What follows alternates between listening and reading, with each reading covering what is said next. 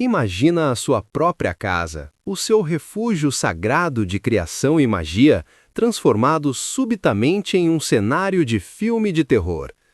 Para Raul Seixas, no início dos anos 80, isso não foi uma metáfora, mas uma realidade sangrenta. Enquanto o maluco beleza estava em um quarto adjacente, supostamente dopado e impotente para reagir, a brutalidade crua do submundo das drogas arrombou sua porta da frente. Seu grande amigo e parceiro de estrada, Oscar Rasmussen, foi brutalmente assassinado por traficantes dentro da sala de estar de Raul por causa de uma dívida de drogas não paga. O sangue que manchou o chão daquela sala selou o fim definitivo da inocência psicodélica e mergulhou Raul em uma espiral irreversível de paranoia, medo e isolamento dentro de sua própria mente. Antes de seguir, só um pedido rápido. Se você gosta de histórias reais de Raul Seixas, daquelas que não aparecem em livros nem documentários comuns, você está no lugar certo. Então se inscreve no canal e deixa o like. Isso ajuda esse tipo de conteúdo a continuar existindo.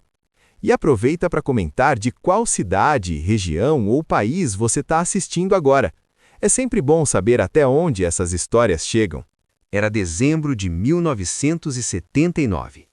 E o apartamento de Raul Seixas em Copacabana, Rio de Janeiro, havia deixado de ser um lar para se tornar um bunker de paranoia e excessos.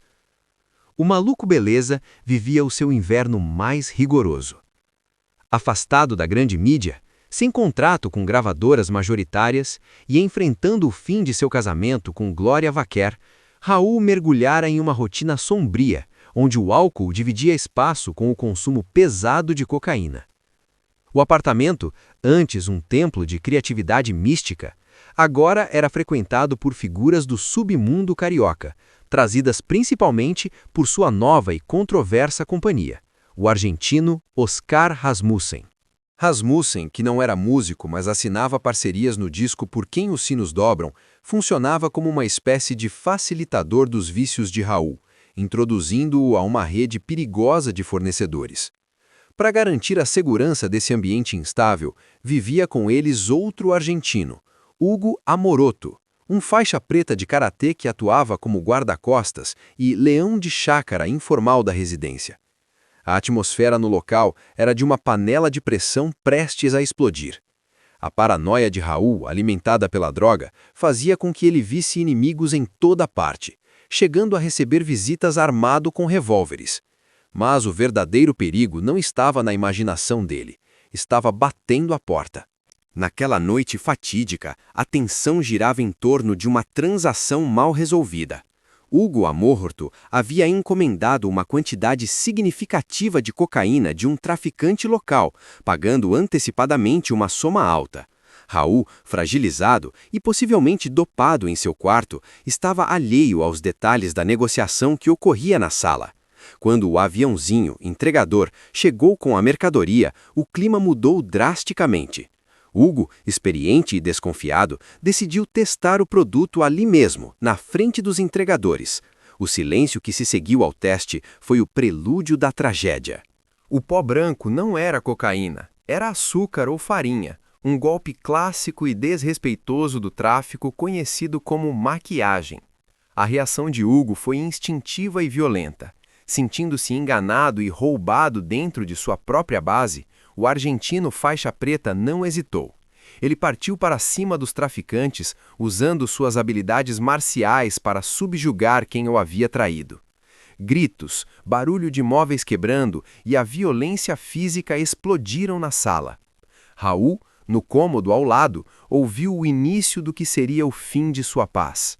O santuário havia sido violado, e a cobrança daquela dívida de honra não seria paga com dinheiro, mas com chumbo. A sala do apartamento estava impregnada com um cheiro azedo de suor e expectativa. Hugo Amortu, o corpulento argentino faixa preta que atuava como leão de chácara e protetor de Raul, não era homem de brincadeiras. Quando o aviãozinho, entregador do morro, colocou o pacote sobre a mesa de centro, ao lado de garrafas vazias e cinzeiros transbordando, o ar pesou. Raul, recluso em seu quarto e dopado para fugir de seus demônios, era apenas um espectador auditivo do que estava por vir. Hugo, desconfiado pela natureza do submundo carioca, sacou uma faca de ponta e abriu o pacote com um golpe seco. Ele não pagaria pela mercadoria sem antes atestar a pureza do brilho que alimentava as noites insones da casa. O teste foi rápido e o veredito mortal.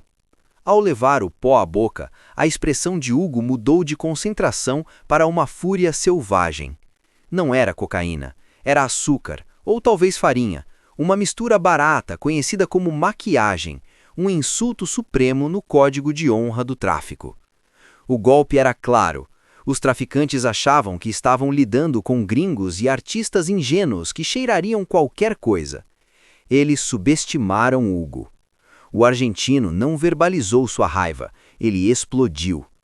Com a agilidade de um lutador treinado, Hugo avançou sobre o entregador, desferindo golpes de karatê que quebraram a mobília e lançaram o traficante contra a estante de livros, fazendo discos de ouro e troféus de Raul tremerem nas prateleiras.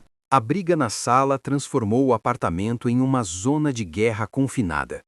O som de madeira partindo e gritos abafados atravessou as paredes, chegando aos ouvidos de Raul no quarto ao lado, que, confuso e atordoado, mal conseguia discernir se aquilo era realidade ou mais um de seus delírios paranoicos.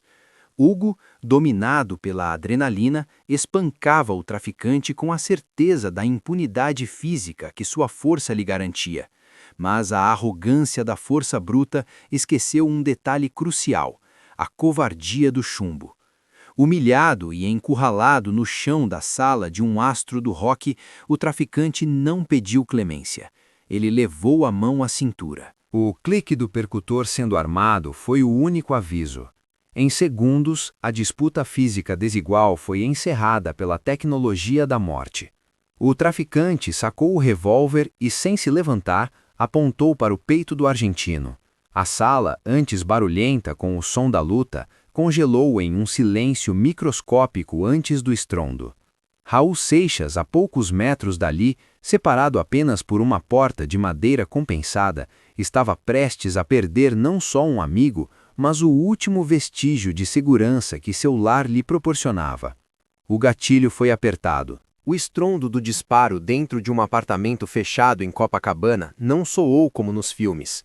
Foi uma explosão surda, física, que fez os tímpanos zumbirem e o ar vibrar. Por um segundo interminável, o tempo parou. A fumaça de pólvora começou a se misturar com o cheiro metálico de sangue que já impregnava o carpete.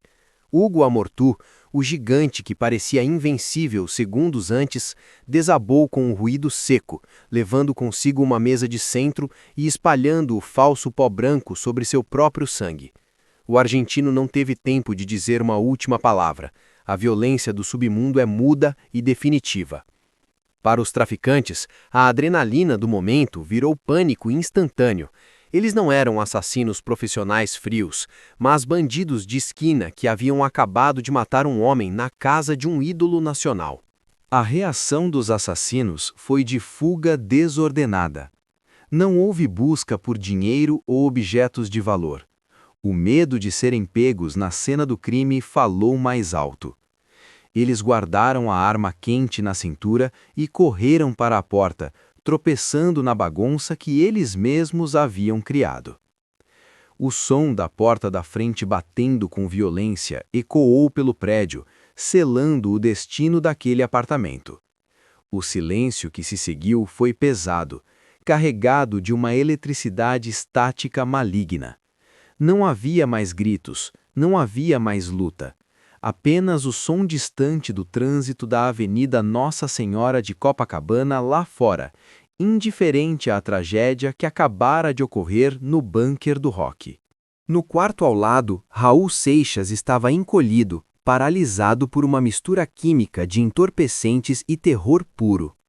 Sua mente, já fragilizada pela paranoia crônica da cocaína, lutava para processar a realidade. Aquele tiro foi real ou foi uma alucinação auditiva? Ele esperou, trêmulo, segurando a respiração, esperando que Hugo entrasse no quarto rindo e dizendo que tinha expulsado os intrusos. Mas Hugo não veio. O silêncio do outro lado da parede era a resposta que Raul não queria ouvir. Ele sabia, com aquela intuição sombria que os viciados desenvolvem, que a morte havia entrado sem convite e estava sentada na sua sala de estar. Reunindo uma coragem que não tinha, Raul abriu a porta do quarto. O cheiro foi o primeiro a atingi-lo. Uma mistura acre de enxofre da pólvora queimada e ferro. Ele caminhou pelo corredor como um fantasma em sua própria casa. Ao chegar à sala, a visão confirmou seus piores pesadelos. Seu amigo, seu protetor, o homem que deveria ser a barreira entre ele e o mundo perigoso, estava morto no chão. A cena era grotesca e patética. Um homem forte derrubado por uma briga de açúcar. Naquele momento, Raul percebeu que a redoma de vidro em que vivia havia se estilhaçado para sempre. O rock and roll não era mais uma brincadeira. Ele havia se tornado um obituário. A chegada da polícia não trouxe alívio, mas uma segunda onda de violência, desta vez institucional. O som das sirenes rasgou a madrugada de Copacabana, e logo o apartamento foi invadido por homens fardados que não viam ali o gênio da música brasileira, mas apenas um cenário sórdido de tráfico e homicídio. Raul Seixas, ainda em estado de choque e vestido de forma desleixada, foi tratado como suspeito imediato.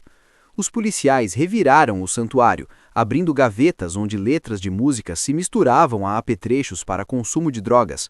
O que era privado e sagrado para o artista foi exposto sob a luz fria das lanternas policiais. O corpo do amigo, ainda estendido na sala, tornou-se apenas uma evidência no inquérito, despido de qualquer dignidade, enquanto Raul era encurralado contra a parede, interrogado aos gritos sobre a origem daquele sangue e daquela maquiagem espalhada pelo chão. Se dentro do apartamento a situação era humilhante, do lado de fora ela se tornou um espetáculo midiático grotesco. A imprensa marrom, que monitorava as frequências da polícia, chegou antes mesmo do rabecão.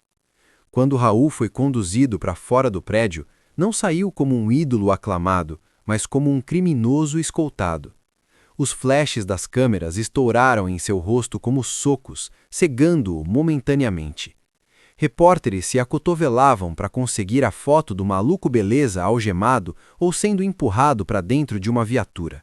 As manchetes já estavam sendo escritas em tempo real, associando definitivamente o nome de Raul ao submundo do crime, destruindo em minutos a reputação que ele levou anos para construir.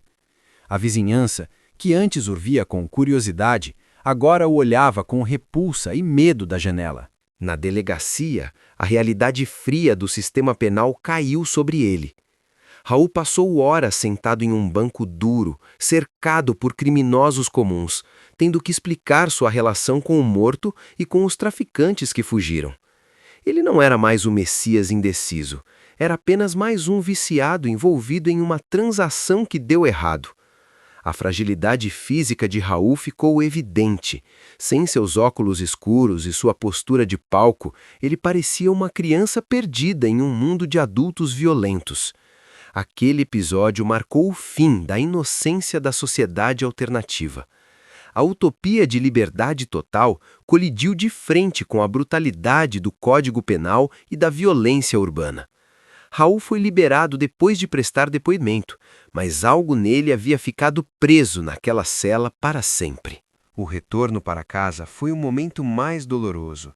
Ao entrar novamente no apartamento, agora vazio e silencioso, Raul deparou-se com as marcas da tragédia ainda frescas. O sangue no tapete não podia ser limpo apenas com água. Era uma mancha permanente na história daquele lugar. O apartamento, que fora palco de composições geniais e festas lendárias, agora tinha a aura de um mausoléu. Raul trancou a porta, não para se proteger do mundo, mas para se esconder dele. A partir daquela noite, o isolamento se tornaria sua principal companhia. O medo de que os assassinos voltassem, misturado à vergonha pública, fez com que Raul começasse a construir os muros que o separariam da realidade até o fim de seus dias. O retorno de Raul ao apartamento de Copacabana, após ser liberado pela polícia, não foi uma volta para casa, foi uma descida ao inferno particular. Ao trancar a porta, ele percebeu que o silêncio que habitava aqueles cômodos agora pesava toneladas. A mancha de sangue de Hugo Amor Ortu no tapete não era apenas um resíduo biológico, era o ponto final da era da inocência psicodélica. Ali, sozinho, cercado por garrafas vazias e pelo eco de um tiro que ainda zumbia em seus ouvidos, Raul entendeu que a sociedade alternativa havia perdido a guerra contra a realidade brutal do tráfico urbano. O maluco beleza, que cantava sobre metamorfoses e utopias, foi forçado a encarar que sua filosofia não parava balas. Aquele disparo matou 2 homens naquela noite, o argentino Hugo e o personagem invencível que Raul acreditava ser. Nos meses que se seguiram, o apartamento tornou-se um mausoléu. Raul, devorado pela paranoia e pela culpa de sobrevivente, começou a erguer os muros que definiriam sua década de 80, o isolamento e o mergulho químico profundo. Ele mandou instalar grades nas janelas e reforçar as trancas, não apenas para manter os bandidos fora, mas para manter seus demônios dentro. A música, que sempre foi sua salvação, tornou-se dolorosa. Como compor hinos de liberdade quando se vive prisioneiro do medo em seu próprio lar? O episódio do assassinato foi o catalisador que empurrou Raul para o ostracismo da indústria fonográfica, que agora o via não como um gênio excêntrico, mas como um problema perigoso e instável. A decisão de deixar o Rio de Janeiro e aquele apartamento maldito não foi uma escolha, foi uma fuga necessária. Raul partiu para São Paulo, levando na bagagem poucas roupas e muitos traumas. Ele deixava para trás a cidade que amava, mas que o mastigou e cuspiu. Aquele evento marcou a transição do Raul solar dos anos 70 para o Raul noturno e introspectivo dos anos 80, que culminaria em sua morte solitária anos depois. A reflexão final que fica desse episódio obscuro é a de que o abismo que Raul tanto olhou, finalmente olhou de volta. Ele flertou com o perigo, com a magia e com o caos, achando que, como um mago, poderia controlá-los. Mas a violência real não respeita magos. A morte de Hugo Amoroto ensinou a Raul a lição mais amarga de sua vida. A liberdade absoluta cobra um preço absoluto. Enquanto ele cantava, "Eu sou a luz das estrelas", o mundo lhe respondeu com chumbo e sangue. Raul sobreviveu ao tiro, mas uma parte de sua alma ficou estendida naquele chão de Copacabana para sempre. Ele continuaria a cantar, a beber e a desafiar o sistema, mas o brilho nos olhos mudou. Agora, havia a sombra de quem viu a morte sentar no sofá da sala e pedir um trago. E como ele mesmo profetizou em seu tango, "A morte, surda, caminha ao meu lado, e eu não sei em que esquina ela vai me beijar." Naquela noite de 1979, ela não o beijou, mas sussurrou em seu ouvido que o tempo estava acabando. Se essa história fez sentido para você, não comenta qualquer coisa. Comenta uma palavra que Raul Seixas representa para você hoje. Só uma. E se você acha que histórias como essa precisam continuar sendo contadas, se inscreve no canal. Aqui a gente não romantiza, não simplifica e não pede licença. E antes de sair, me diz nos comentários, de qual cidade você está assistindo essa história agora? Porque toda voz começa em algum lugar.